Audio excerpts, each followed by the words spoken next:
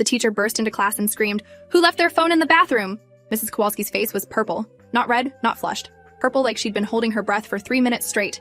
She slammed the door so hard the periodic table poster fell off the wall behind her. 28 students froze mid-conversation. The room went silent except for the poster sliding down the wall and landing on the floor with a soft thud. She stood there gripping something in her hand, chest heaving, eyes scanning every face like she was looking for a specific target. Then she screamed it again. "Who left their phone in the bathroom?" 4 hands went up slowly. Mine was one of them. Huge mistake. Mrs. Kowalski pointed directly at us with her free hand. "You 4. Get up. Come here now." I looked at my best friend Destiny sitting next to me. She mouthed, "What the hell?" But I had no answer. I stood up with the others. Jamal from the back row, Alexis who sat by the window, and Sophie from the front. We walked toward Mrs. Kowalski like we were walking to our own funerals. 28 pairs of eyes watched us move. Nobody made a sound. Mrs. Kowalski's hand was shaking as she held whatever she was gripping. I couldn't see what it was yet. We reached the front of the classroom and stopped. Mrs. Kowalski was breathing hard through her nose. Her nostrils flared with each breath. She looked at each of us individually, spending several seconds on each face. When her eyes met mine, I felt my stomach drop. There was something wrong in her expression. This wasn't about a forgotten phone. This was something else. Something worse. She finally held up what was in her hand. A phone in a clear case with a purple pop socket. I didn't recognize it. None of us did based on the confused looks we were exchanging. "That's not my phone," Alexis said. Her voice was small and uncertain. Mrs. Kowalski's jaw clenched so hard I could see the muscle jumping in her cheek. "One of you left this phone in the girls' bathroom on the 2nd floor. The screen was unlocked. Open to a group chat. A group chat with very specific content about this school. About me specifically." She was shaking harder now. Her voice was getting louder with each word. "I want to know right now which one of you owns this phone." I looked at Jamal. He shook his head slightly. Sophie was staring at the phone like it might explode. Alexis had tears forming in her eyes already. I had no idea what was happening. My phone was in my backpack. I always kept it there during classes. Mrs. Kowalski set the phone down on her desk with a sharp click. The screen was still lit up. I could see text messages, but couldn't read them from where I stood. She crossed her arms and stared at us. "I'm going to ask one more time. Whose phone is this?" The silence stretched out painfully. I could hear someone coughing in the back of the room. Someone else's pencil tapping nervously against their desk. Alexis spoke up again, her voice cracking. "Mrs. K, I swear that's not mine. My phone is black with a Batman case. You can check my bag." Mrs. Kowalski didn't look at her. She kept her eyes fixed on all 4 of us collectively, like we were one entity instead of 4 separate people. Principal Davis appeared in the doorway. I hadn't heard him coming. Mrs. Kowalski must have called him before bursting into our classroom. He looked uncomfortable, shifting his weight from one foot to the other. His tie was slightly crooked. He cleared his throat. "These 4? Mrs. Kowalski nodded sharply. "These 4 all have phones. One of them left this in the bathroom with some very disturbing content on it." Principal Davis stepped into the room and closed the door behind him. The click of the latch sounded final, like a cell door closing. Everyone in the class remained frozen and silent. This had stopped being a normal Friday afternoon chemistry class. Principal Davis walked to Mrs. Kowalski's desk and looked at the phone. His expression changed as he read whatever was on the screen. His eyebrows went up first. Then his mouth pressed into a thin line. Then his face went pale. He looked up at the 4 of us. "This is serious. Very serious." He picked up the phone carefully, holding it by the edges like it was evidence at a crime scene. "We need to take you 4 to my office. Bring your bags. Leave everything else. Mrs. Kowalski will supervise the rest of the class." My hands were shaking as I went back to my desk to grab my backpack. Destiny grabbed my wrist as I passed. She whispered what's happening, but I just shook my head. I had no idea. The 4 of us followed Principal Davis into the hallway. The door closed behind us, and we could hear Mrs. Kowalski addressing the remaining students. Her voice was muffled, but still angry. Principal Davis walked fast. We had to almost jog to keep up. He didn't look back at us. Just kept walking with that phone held carefully in his hand. We passed empty classrooms with teachers still teaching. Normal Friday afternoon lessons happening while we were being marched to the office for something we didn't do. We turned down the main hallway toward the administrative wing. I could see Officer Barnes standing outside the principal's office. Our school resource officer. This was getting worse by the second. Officer Barnes straightened up when he saw us approaching. His hand instinctively went to his belt where his radio was clipped. Principal Davis nodded at him. "These are the 4. Officer Barnes opened the door to the main office and held it. We filed in past him. The secretary, Mrs. Lynn, looked up from her computer, and her friendly smile disappeared when she saw our faces. Principal Davis led us past her desk into the conference room, the one they used for serious meetings, parent conferences about failing grades, disciplinary hearings. The room had a long table with 8 chairs, a white board on one wall, a small window that looked out at the parking lot. Principal Davis gestured for us to sit on one side of the table. We sat. Officer Barnes came in and closed the door. He stood near it with his arms crossed. Principal Davis sat down across from us and placed the phone on the table between us. The screen had gone dark now. He folded his hands and looked at each of us in turn. "I need one of you to be honest right now. Whose phone is this?" We all started talking at once. "That's not mine. I don't know whose that is. My phone is different. I've never seen that phone before." Principal Davis held up his hand and we stopped. He pulled out his own phone and started typing, reading something, comparing information. He looked up at Jamal first. "Jamal, what's your phone number?" Jamal recited his number. Principal Davis typed it into the mystery phone. Waited. Nothing happened. "Not yours." He looked at Alexis. She gave her number. He typed it in. Waited. Nothing. He went through Sophie and then me.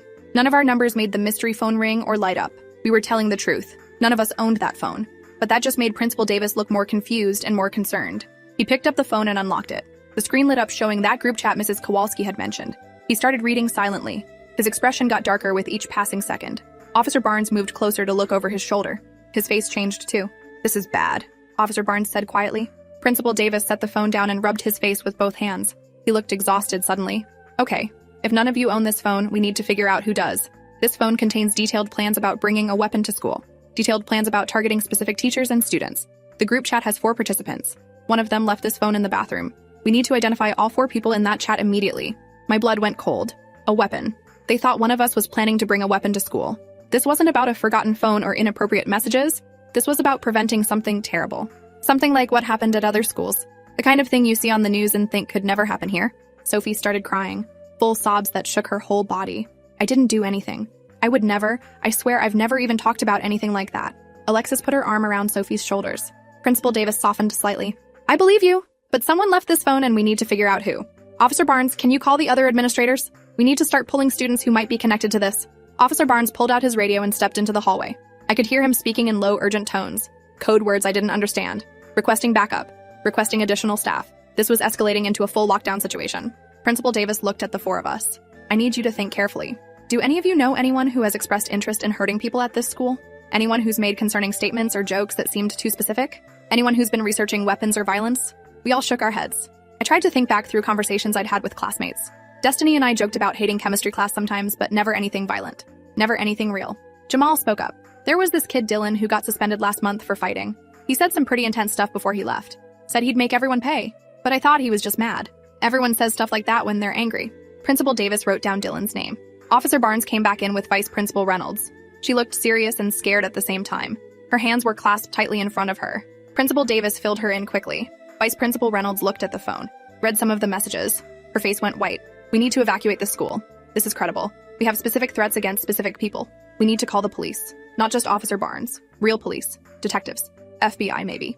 Principal Davis was already reaching for the office phone. This had gone from serious to catastrophic in seconds. The 4 of us sat there watching adults panic around us. The announcement came over the PA system 3 minutes later. "Attention all staff and students. We are implementing an immediate modified lockdown. All students remain in current classrooms. All teachers lock doors and move students away from windows. This is not a drill. Repeat, this is not a drill."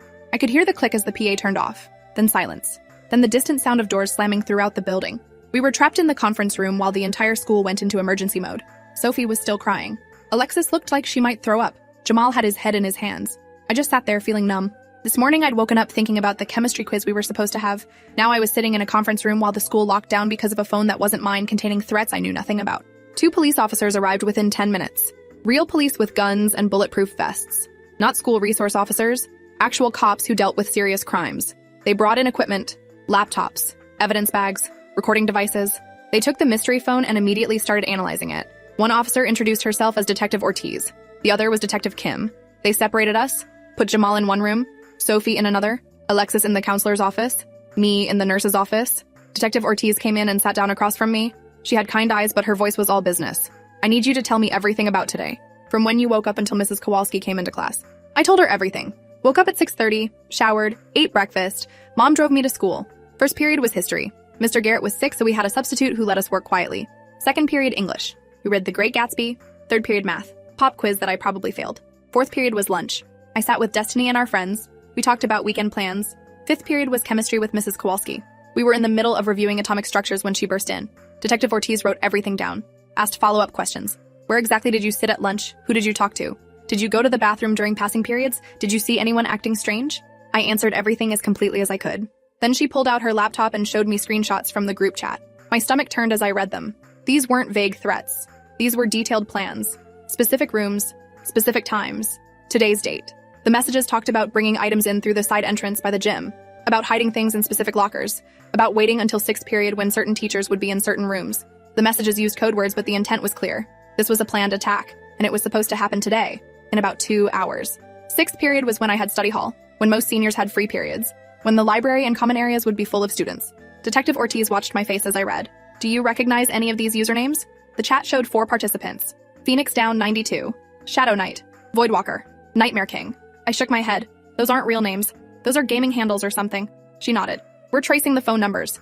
The mystery phone belongs to one of these 4 people, but we need to identify them quickly. They mentioned today. If this is real, we have about 2 hours before they attempt whatever they're planning. My mouth was dry. I grabbed the water bottle Detective Ortiz offered. 2 hours. 2 hours until something terrible was supposed to happen and nobody knew who was planning it or where exactly it would occur.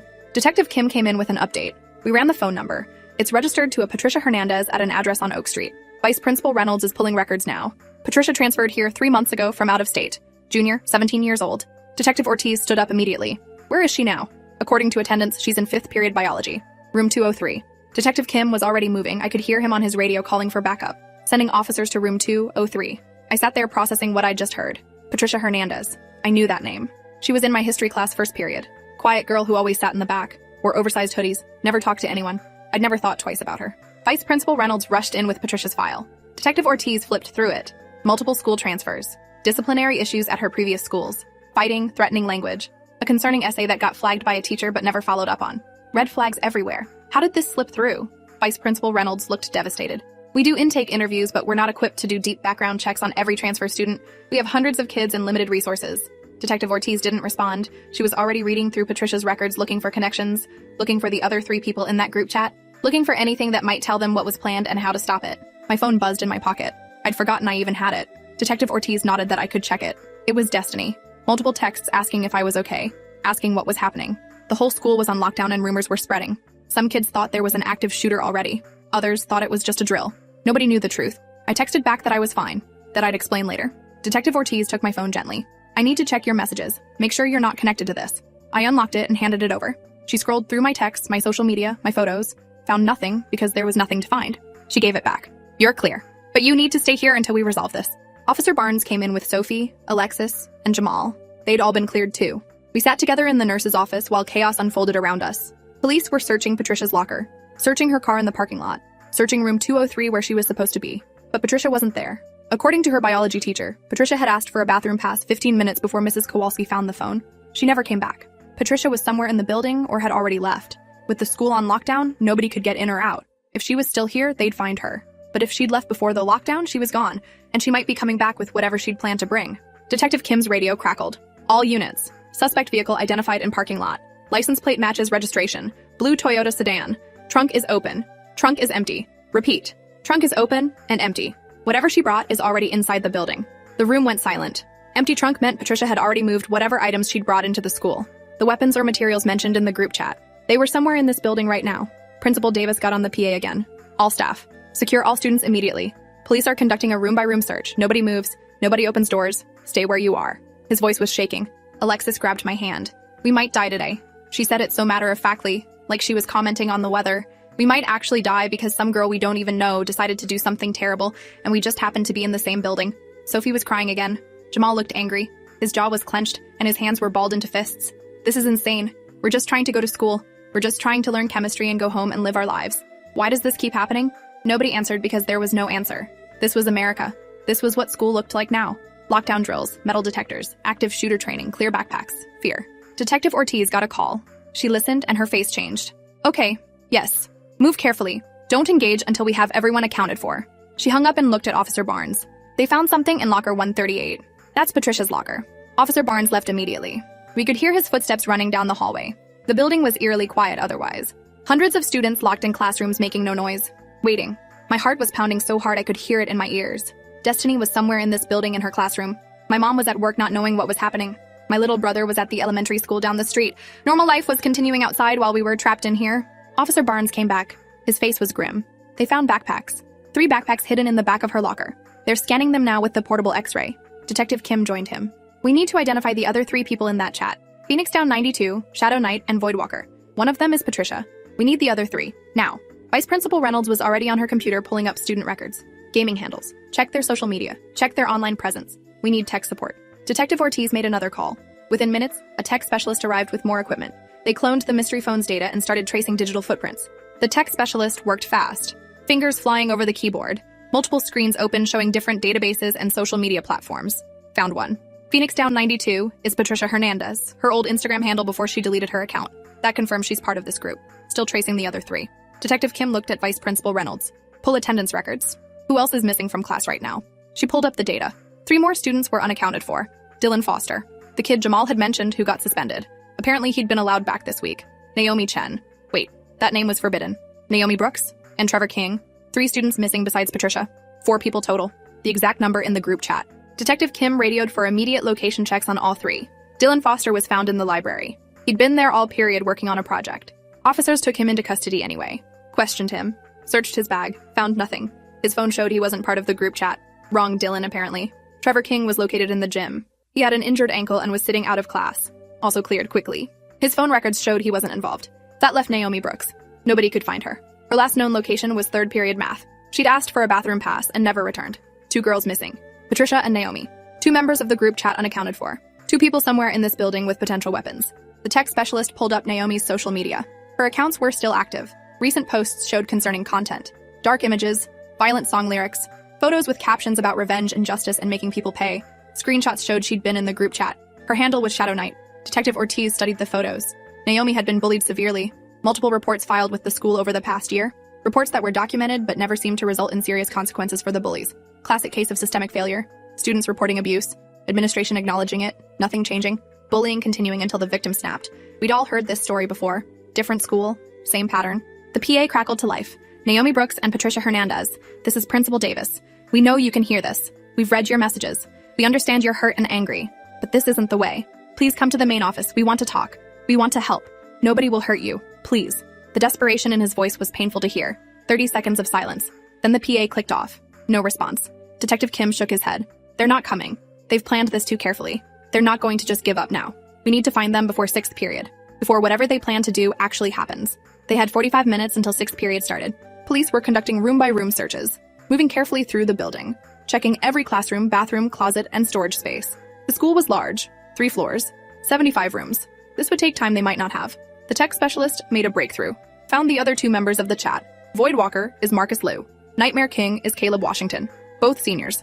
Both have history with Naomi. Marcus was one of her primary bullies. Caleb spread rumors about her last year that got her ostracized. Detective Ortiz looked confused. Wait, the victims are in the group chat? That doesn't make sense. Unless this wasn't about them attacking the school. Maybe it was about them planning something else. She pulled up the messages again. Read them more carefully this time. Her face changed. Oh no. This isn't about them being the attackers. This is about them being targets. Patricia and Naomi are planning to attack Marcus and Caleb specifically. The messages aren't planning a mass shooting. They're planning targeted revenge during 6th period when Marcus and Caleb will both be in the library. That's why they mentioned specific times and locations. They're hunting 2 people, not trying to hurt everyone. We've been treating this like a school shooting threat. It's a murder plot. 2 girls planning to kill their bullies during 6th period while the school is full of witnesses. Bold and desperate and specific. Detective Kim immediately radioed for Marcus and Caleb's location. Marcus Liu is in room 305, English Literature. Caleb Washington is in room 218, Physics. Get units to both rooms now.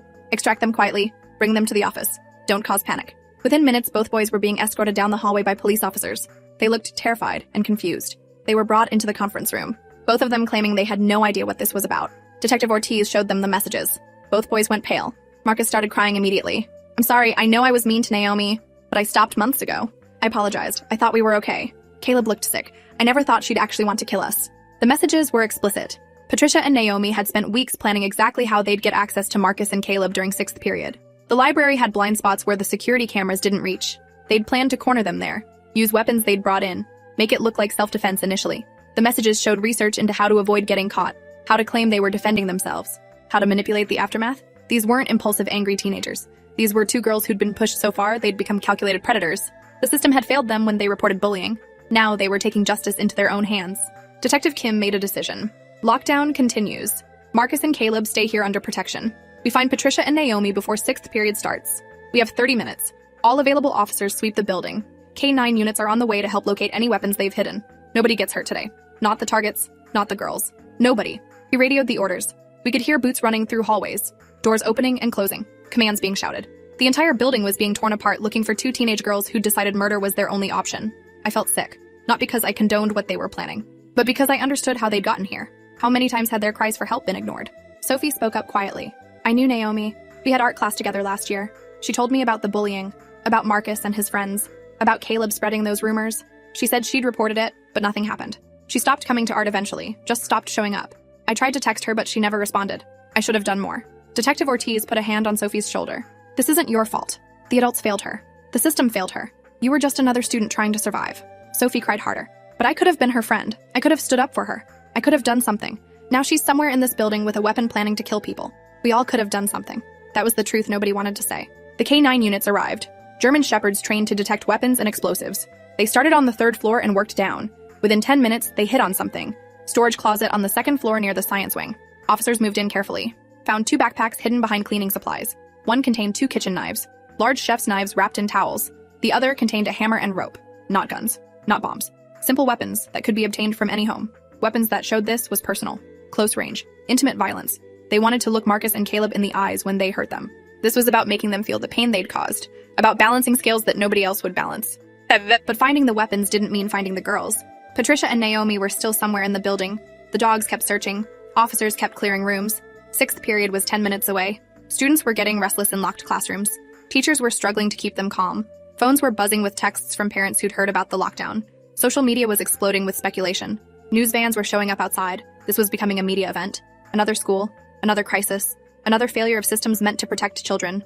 I wanted to scream. This was someone's daughter. 2 someone's daughters. Girls who'd been hurt so badly they saw murder as their only option. Where had the adults been? Where was the help? A teacher's voice came over Officer Barnes's radio. I have eyes on someone. Northeast stairwell between 2nd and 3rd floor. 2 females. Matching descriptions. They're just sitting there. Not moving, not talking. Just sitting on the stairs. Officers converged on that location. Detective Ortiz and Detective Kim moved quickly. We followed because nobody told us not to. We reached the stairwell and I could see them through the small window in the door. Patricia and Naomi sitting side by side on the concrete stairs. No weapons visible. No aggressive postures. Just 2 girls sitting together crying. They looked so young, so broken, so completely lost. Patricia's head was on Naomi's shoulder. Naomi was staring at nothing. Both of them looked like they'd been crying for hours. Detective Kim opened the door slowly, hands visible. No sudden movements. Patricia, Naomi, we need to talk. Both girls looked up. Their faces were blotchy and red from crying. Patricia spoke first. We couldn't do it. We got the knives. We had the plan. We were ready. But when 6th period got close, we just couldn't. We're not murderers. We're just tired. We're so tired of hurting and nobody caring. We wanted them to hurt like we hurt. But sitting here waiting, we realized it wouldn't help. It wouldn't make anything better. We'd just be adding more pain to the world. Naomi nodded. We just wanted someone to listen. Someone to care. Someone to make it stop. But killing them won't make it stop. Detective Kim sat down on the stairs with them. At their level. Not standing over them. Not treating them like threats. I'm listening now. Tell me everything. And they did. For 20 minutes, Patricia and Naomi told their stories. Every incident of bullying. Every report they'd filed. Every adult who'd promised to help and then didn't. Every day they'd walked through these halls feeling unsafe and unseen. Every night they'd gone home crying. Every moment they'd considered just giving up entirely. The pain spilled out of them like water from a broken dam. Years of accumulated trauma and rage and hurt. Detective Kim listened to all of it. Took notes. Asked questions. Treated them like human beings instead of threats. Other officers kept their distance. Weapons were drawn, but lowered. Nobody wanted to escalate.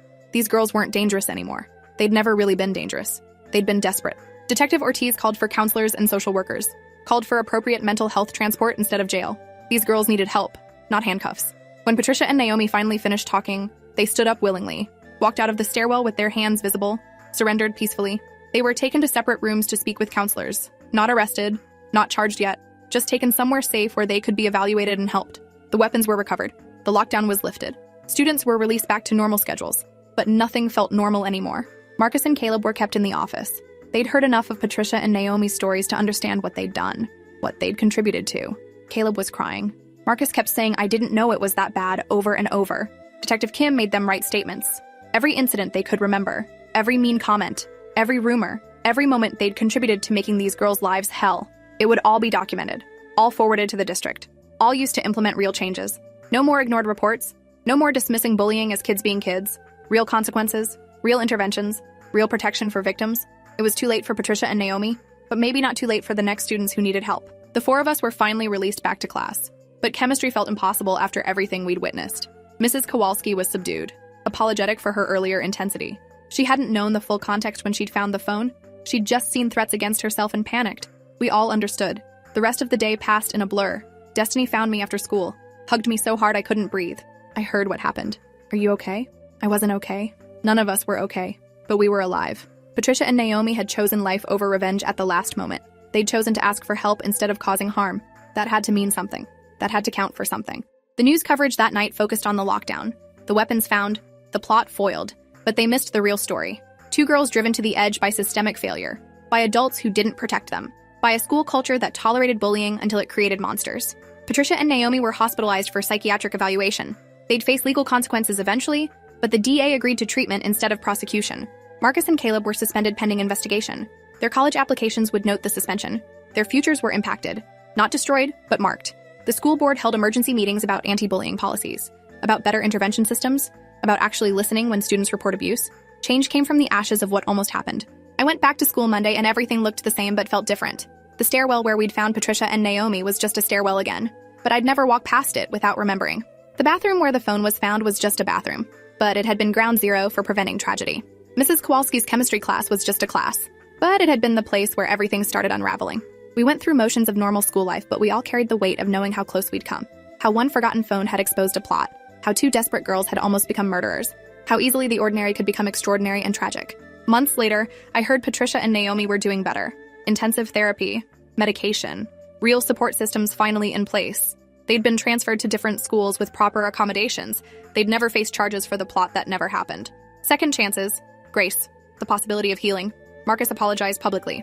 Caleb started an anti-bullying initiative. They'd carry guilt forever, but they were trying to do better. The school implemented new protocols, mandatory training for teachers, anonymous reporting systems, regular check-ins with at-risk students. None of it would have happened without that Friday afternoon when everything fell apart. Sometimes systems only change when they're forced to confront their failures directly. I still think about that day. About Sophie crying in the conference room. About Jamal's anger. About Alexis's fear. About sitting in the nurse's office watching adults panic. About the moment we saw Patricia and Naomi on those stairs, broken and desperate and unable to go through with violence despite their pain. About how close we'd come to tragedy. About how many times this story plays out differently in other schools. About how many Patricias and Naomis suffer in silence until they can't anymore. About how we're all just trying to survive in systems that aren't designed to protect the vulnerable. The phone in the bathroom saved lives that day, but it also exposed truths we'd been ignoring. Sometimes the scariest monsters are the ones we create through our own indifference. Thanks for watching till the end. Make sure to subscribe and like to not miss the next story.